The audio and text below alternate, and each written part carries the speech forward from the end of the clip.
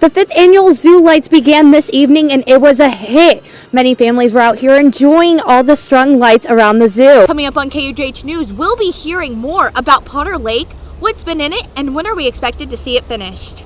Coming up next on KUJH News, we'll be hearing more about the concerts at the Camp Neely that will be happening every weekend for the rest of the semester. Stay with us.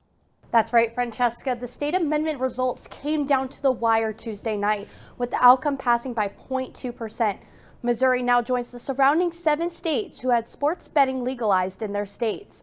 I got the opportunity to sit down with Dr. Savannah Foster for a local input on this amendment change. Well, Rebecca, I'm outside Helping Hands Humane Society, but I stopped by the Capper Foundation's wrapping booth at West Ridge Mall earlier today. For more information on their pricing and their hours, visit our website at ksnt.com. Working for you live in West Topeka, Savannah Meier, 27 News. At 10 tonight, we have new details into the massive trash pileups across Topeka apartment complexes. We've now learned how many violations the owner of these apartments has been cited for. 27 News reporter Savannah Meier joins us live from downtown Topeka tonight. And Savannah, what can you tell us so far? David and Rebecca, the city tonight says 34 violations have been issued to the property manager of 22 properties across central Topeka. Now, today I spoke with a housing and credit agency about what rights tenants have. The city's retaliation ordinance was strengthened back in the summer. It gives renters their right to a clean, safe, and sanitary home without being evicted from their landlord. But several may not know what they are protected under. Working for you, I spoke to Teresa Baker with House and Credit Counseling Incorporated on the unique ordinance and the current situation with the dumpsters being clogged. Definitely having the trash not removed would fall into this category. So the landlord cannot ask the tenant, force the tenant to vacate within 6 months, decrease services for the tenant, and also they cannot stop the tenant from creating a tenants union where a group of tenants get together to fight something such as this. Although many have been upset over their living situation the past few weeks, HCCI urges people to continue to pay their rent. Sometimes in this situation, understandably, tenants are frustrated. They have to hold up their end of the bargain and comply with the lease, but the landlord is not complying with their obligations, and as well as most of the time their lease agreement says that they will pick up the trash. So tenants should never do that because then they can face eviction. One Topeka resident says they felt like they are stuck in a cycle with how the city has responded to the situation. It's a huge circle and it's never ending, and we're never going to find a resolution. And I feel like the only resolution is to prove like he's not fit to be a landlord in Topeka, or he's not fit to be a landlord, period. The group who owns all of these properties tells us tonight that they recently switched to trash collection services, causing a stoppage in service. Now they are bringing out dumpsters on Wednesday to collect all the rest of the trash. Working for you in downtown Topeka, Savannah Meier, 27 News. All right, Savannah, thank you so much for that live report. Have you ever wondered who's the team behind the decorations in the sky during a K-State football game? 27 News reporter Savannah Meier gives us a behind-the-scenes look of what goes on to make this magic happen.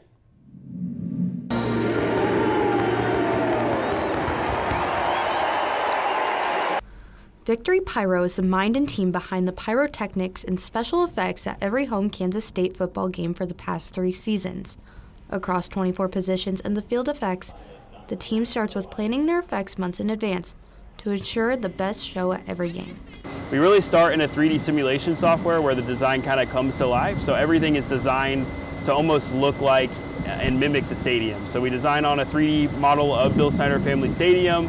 And from that point, then we're actually procuring product. From the design, every item needed is labeled at their warehouse with a specific slot for the crews to wire and hook to electronic tablet to launch. But their day starts well before kickoff.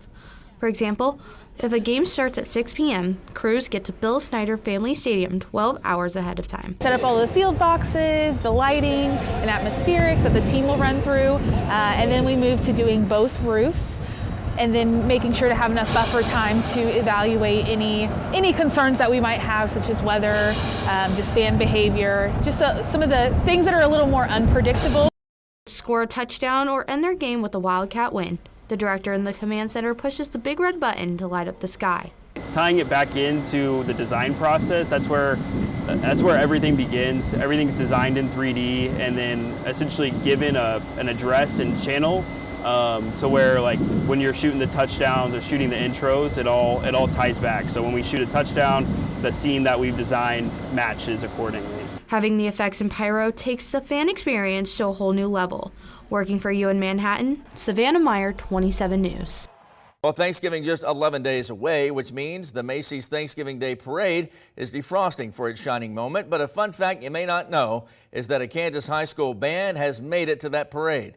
27 News reporter Savannah Meier tells us how Wamigo's Red Raider Band got to be a part of the prestigious event in the Big Apple. The Macy's Thanksgiving Day Parade. It's a tradition that got its start 100 years ago. 3, 2, 1, let's have a parade! And this Thanksgiving, the Wamigo Red Raider Band is getting to celebrate being part of this legacy 50 years ago in 1974. From sending in videos, tapes, and photos of their then halftime performance, this once-in-a-lifetime experience is something this band director will never forget with his wife and students that felt like his own. I guess what was blessed with good kids, real good kids. They were just like almost part of my family. And that meant a lot, and Diane doing so much with it and doing it together made it that more special. Having this once-in-a-lifetime experience also comes with a great honor, as the Red Raider Band is still the only band from Kansas to perform in the Macy's Thanksgiving Day Parade in the past 100 years. And Childs is astounded that the band was accepted to perform. I knew we were good, but I didn't know whether we could compete with marching with some of the big stuff that they had, all the other things with the dances and stuff with it. I wondered how we would compete with that. Not only did this experience get them to the Big Apple from the Little Apple, but they were able to experience all things New York, including the New York City Ballet, Radio City Rockettes, and the iconic Statue of Liberty. Members of the band, Childs, and the current director of the Red Raider Band got to celebrate this achievement over the summer when a video of this performance was digitized. Looking for you from Wamigo, Savannah Meier, 27 News. Rumors have been flying around about a new building at the corner of 14th and Ohio. Will it be a sandwich shop, an Airbnb, or something else? Let's take a look. October is Breast Cancer Awareness Month, which is often recognizing women with the disease. What people may not know is in rare occasions, men can also have breast cancer. I spoke with one Topeka local who has won his battle not only once, but twice. Welcome back. In the fashion world today, we are seeing styles like the 90s and Y2K growing in popularity. Have you ever wondered where or how these clothes are resurfacing? Let's take a look at a local vintage shop that is helping these clothes come back to life.